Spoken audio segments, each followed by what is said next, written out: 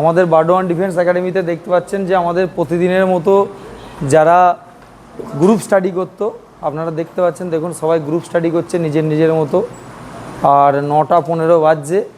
তো কিছু কিছু আমাদের স্যাররা যারা রিটেন পড়ায় তাদের পিডিএফ কিছু পাঠিয়েছিল, যারা তাদের মোবাইলে ছিল। তো তারা এতক্ষণ ধরে সেই পড়াশোনাগুলো করে তাদের খাতায় ফেয়ার কপিতে তুলে নিয়েছে। তো এখন আমরা একধার থেকে সবাইকার মোবাইল জমা করে নিচ্ছি।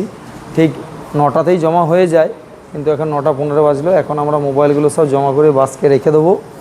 আবার কালকে ঠিক পাবে এরা মোবাইল 10টার সময়, সকাল 10টায়। সকাল 10টা থেকে আমাদের রিটেন ক্লাস চলবে মোটামুটি 2টো পর্যন্ত। 2টো তখন আবার মোবাইল দেয়া হবে। আবার 2টো থেকে সন্ধ্যেবেলা পর্যন্ত মোবাইল থাকবে, তারপরে মোবাইল আমরা সব জমা করে নেব। বাকি আপনারা দেখুন সবাই গ্রুপ স্টাডি করছে। জমা করো জমা করো, হ্যাঁ মোবাইলগুলো জমা করো।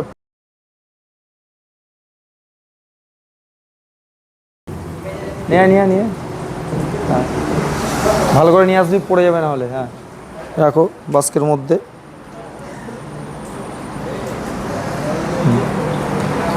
কেননা রাত্রেবেলা মোবাইল আমরা এই জন্য দিই না। প্রথম কথা হচ্ছে, প্রত্যেকটা আমার ভাইদের বলবো, বোনেদের বলবো যে রাতে মোবাইলটা একদম অ্যাভয়েড করো। রাত্রে মোবাইল একদম দেখবে না। কেননা রাত্রে বেশি মোবাইল দেখলে কি হচ্ছে যে দূরের জিনিস আমরা কম দেখতে হবে। ঠিক আছে, কাছের জিনিস ঠিক পড়তে পারছো, কিন্তু দূরের জিনিস আস্তে আস্তে চোখের যে পুঁতলিটা আছে ওটা আস্তে আস্তে ছোটো হয়ে যাবে। কেননা মোবাইলের যে 5G রেডিয়েশান, সেই রেডিয়েশানটা এতটাই খারাপ যে চোখের পুঁতলিটা আস্তে আস্তে ছোটো করে দেয়। সেই কারণেই প্রত্যেকটা ভাই বোনকে বলবো, যারা আমার ভিডিও দেখছো, রাত্রে কমসে কম দিনটা তবুও ইউজ করতে পারো মোবাইল, কিন্তু রাতটা টোটালি রাতটায় মোবাইলটা বন্ধ করে অ্যাভয়েড করো। তো সেই কারণে বললাম যে প্রত্যেকটা স্টুডেন্টকে রাত্রে মোবাইলটা একদম কম দেখো, একদম অ্যাভয়েড করে দাও। দিনের বেলা তবুও দেখো, দেখলেও দূর থেকে। মোবাইল সবসময় দূর থেকে দেখো। বিশেষ করে বেশি অনলাইনে ক্লাস যারা করছো তাদেরকে বলবো ম্যাক্সিমাম ল্যাপটপ ইউজ করো। ল্যাপটপ থেকে দূর থেকে ক্লাস করো। আর মোবাইল যদি থাকে তবুও দূরে রেখে মোবাইলটাকে ইউজ করো।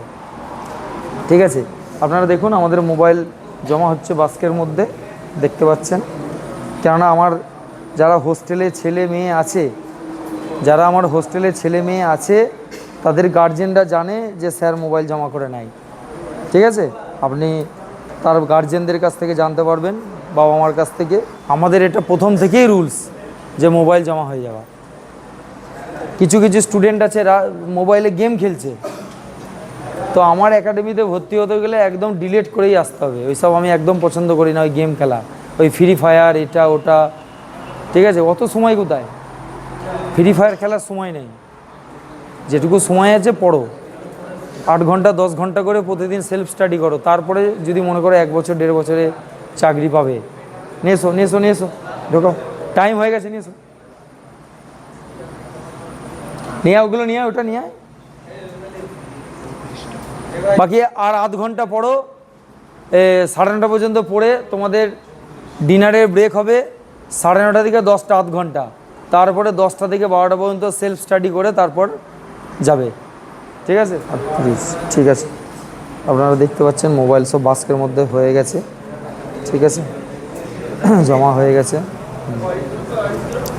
আচ্ছা, কে কি পড়লি আমাকে বল, তুই কি করছিস? হ্যাঁ, রিজনিং। ওকে, রিজনিং। তোদের গ্রুপটা কি করছে? ম্যাথ। তুই ম্যাথ।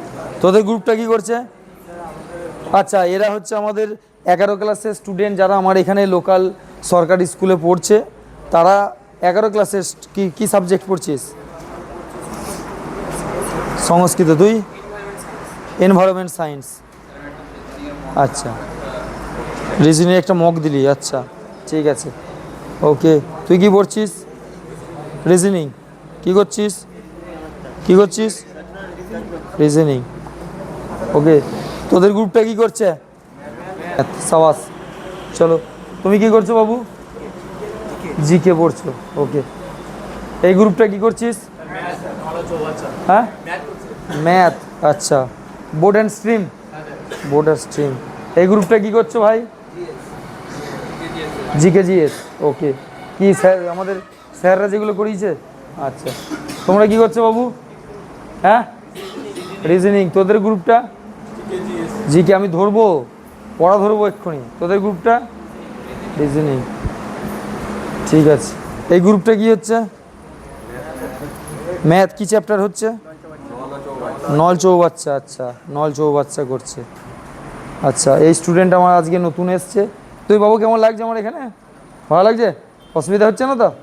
ঠিক, খাওয়া দাওয়া সব ঠিক আছে? হ্যাঁ, আচ্ছা ঠিক আছে। অমিত কি করছিস? জিকে। GK, reasoning. এই ছেলেটা আমার আজকে জলপাইগুড়ি থেকে এসছে, অ্যাডমিশান হয়েছে। ঠিক আছে, সাবাস।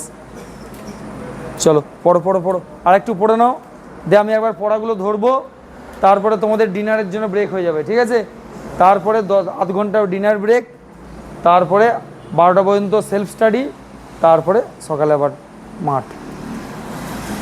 চলো, যাই হোক, প্রত্যেকটা ভাই বোনকে আমি বলবো যে সেলফ স্টাডি অবশ্যই প্রতিদিন সেলফ স্টাডি কমসে কম 6 থেকে 8 ঘন্টা মিনিমাম তোমায় সময় দিতেই হবে।